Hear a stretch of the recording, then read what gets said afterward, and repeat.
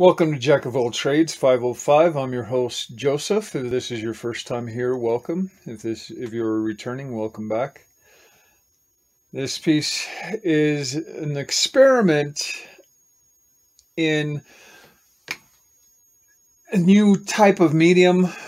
I decided to try and use India ink or tattoo ink to finish out this piece rather than using traditional paint.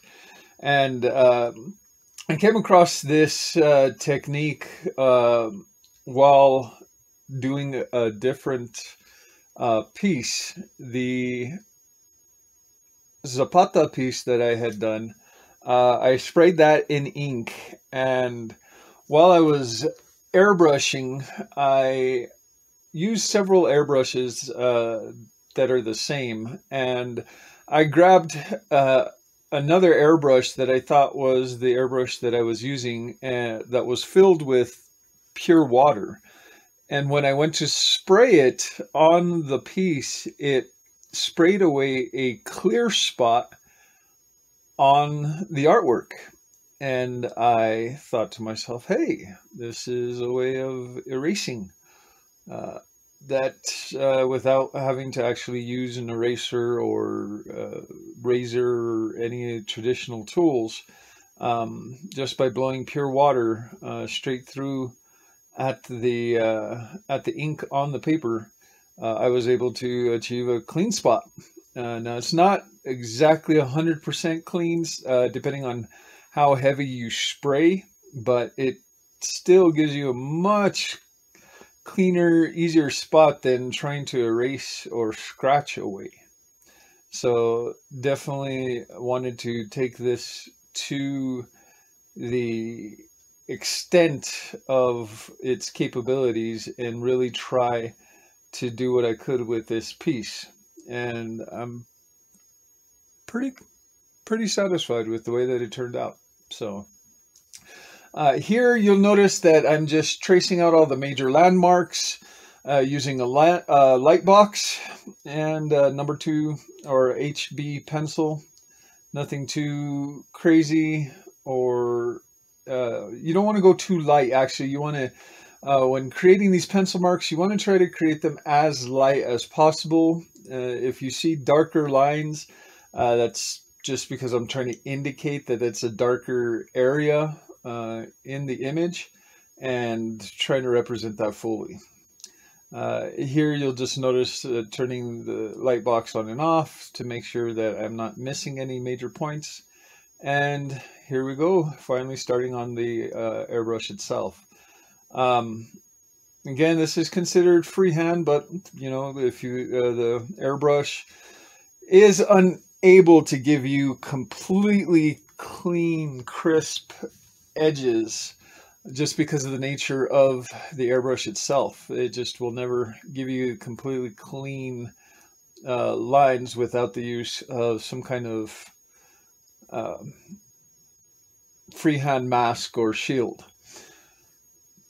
You can use Frisket or any type of mask, paper mask, to attain these edges. Here I just used a freehand mask and sprayed it in darker where I want it, lighter where I don't. And you'll just notice that I just did go in and start to do some of the erasing using the PS270 as my clear airbrush, or my airbrush that contains the pure water.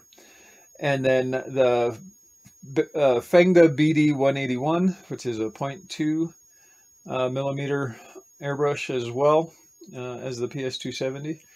And again, this is a cheap Chinese airbrush, but if you practice with the airbrush and really learn your tool, you can use any tool to create detail, any airbrush to really achieve detail if you're careful.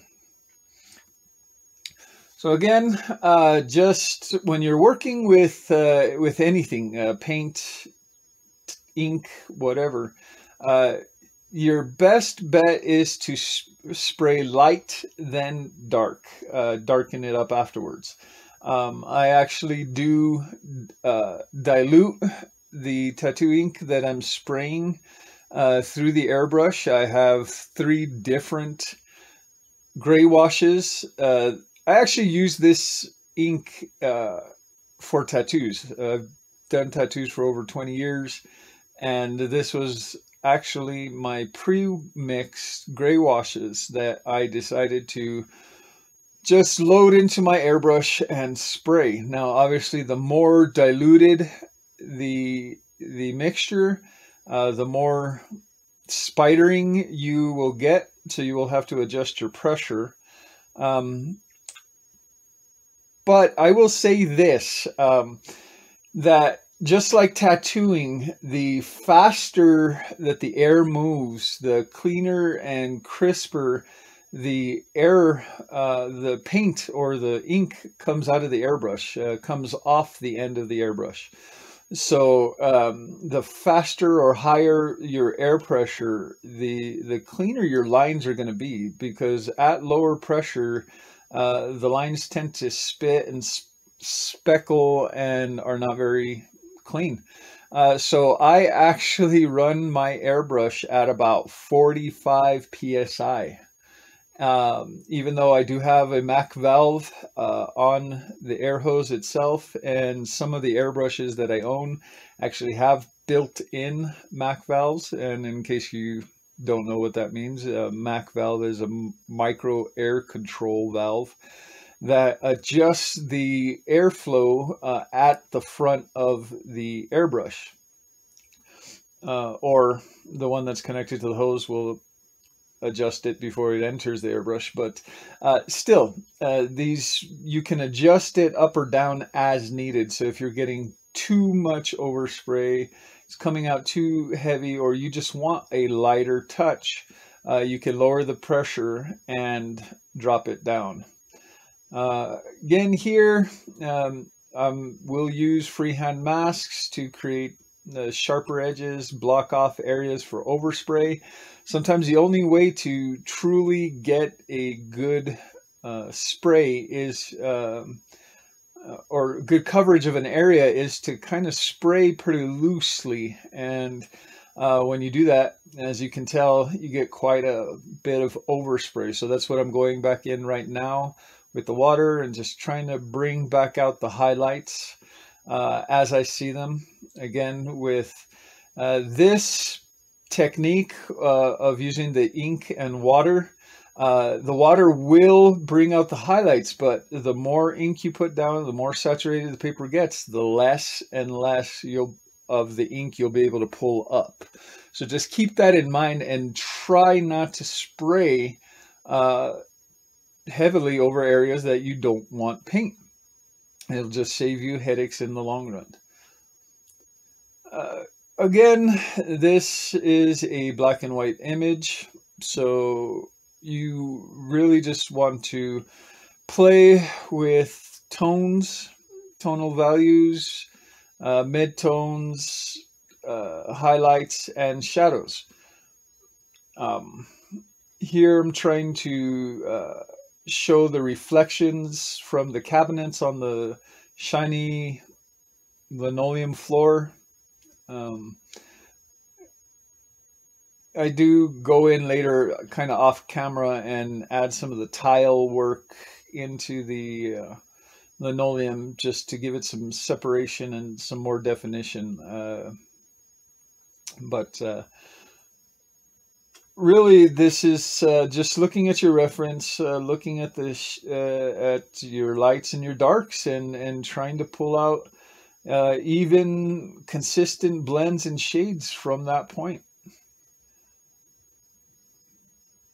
Here you'll notice that I'm trying to ease back some of the water, and that's one of the cool things about using the water to pull back the highlights with the airbrush, is that again, just like spraying, the amount that you erase can also be affected by how much you spray, how heavily you spray, how close you get to the surface, and how heavily you spray through the ink itself to get to the surface. So again, this sometimes when you're using an eraser or a razor to scratch these highlights back, sometimes the eraser marks or the scratch marks can be very obtruse and too dramatic, while you want something more subtle. And by utilizing this technique with the ink and the water, definitely it gives you that subtleness, if that is what you are in fact looking for. Again, once I start an area, sometimes I'll step back, take a look at the piece, and decide that I needed to make some more adjustments, either highlights or shadows. And that's what you just saw there, where I had started into the tiger itself and then went back up into the kitty because, well, I could see it needed some more tonal value and change. So that was what was going on there. Here, just coming back to the water. Again, if you lay down your darkest tones, in this instance, the stripes, the tiger stripes, and then glaze over it with a lighter tone, you can build up your value while still seeing the darkest values underneath, and you can decide if you needed more midtones or highlights or shadows. So that's pretty much all we're doing here. Now this is a section here where I tell you that I kind of went in off camera to add some of the details in the tile and the linoleum. That's what happened here. I forgot to adjust the camera to pan back up to show you what I was doing, so I do apologize about that. And afterwards, I came back down into the painting and started to finish up the stripes. This piece is again very fun, challenging. Many of the techniques that I've learned came from Drew Blair's Classroom in a Box set. I did several of his sets just to learn the concepts of photorealism and detail, and he is considered the master of photorealism. And you know, as my dad always says, you want to learn from the best. You want to be the best, you got to learn from the best. So one of these days I would like to go and take a course with him in person at his facility in South Carolina, so I can actually get the feedback and response and know where I'm doing well and where I'm making mistakes, and actually get some feedback. So that is the goal one of these days, is to make it to a live class. But for right now, it's just practice. Everything, anything that I do is considered practice. Sorry, my compressor just kicked on. Give it a second to shut off.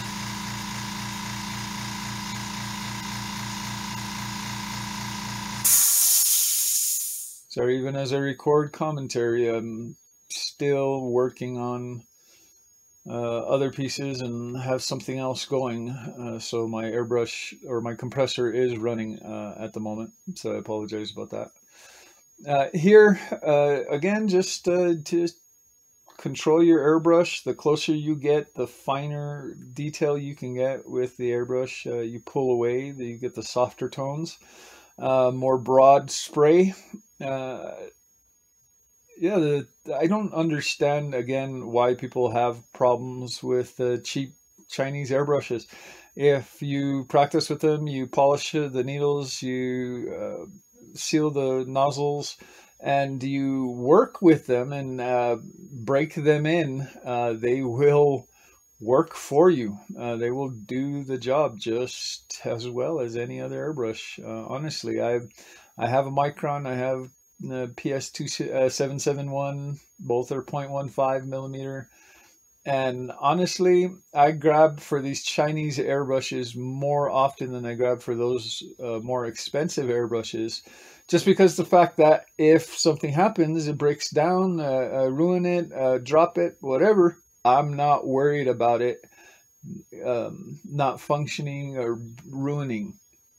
Now, I will say that the Micron does give the best lines out there, period. Just line work, lays them down, thinnest, cleanest, crispest lines.